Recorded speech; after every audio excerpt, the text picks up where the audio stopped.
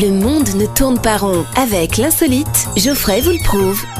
Aujourd'hui, c'est vendredi, le Black Friday aux États-Unis. Vous connaissez, c'est la grosse cohue-bohue dans les magasins, avec des prix, des soldes, des promos dans tous les sens.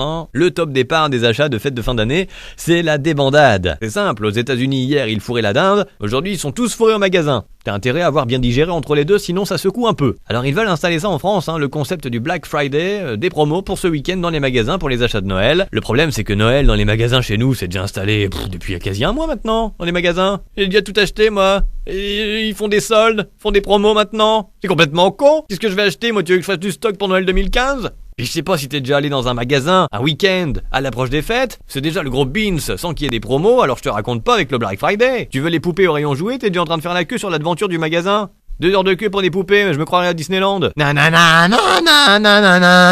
on peut plus. Évidemment t'arrives au rayon que tu voulais, y a plus les poupées.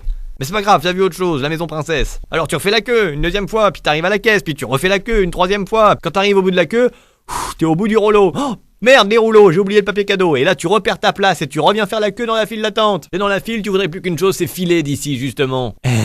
Bon week-end, à l'approche des fêtes. Dis, mais je me pose une question avec tout ça. Oui. Pourquoi tu voulais t'acheter une poupée?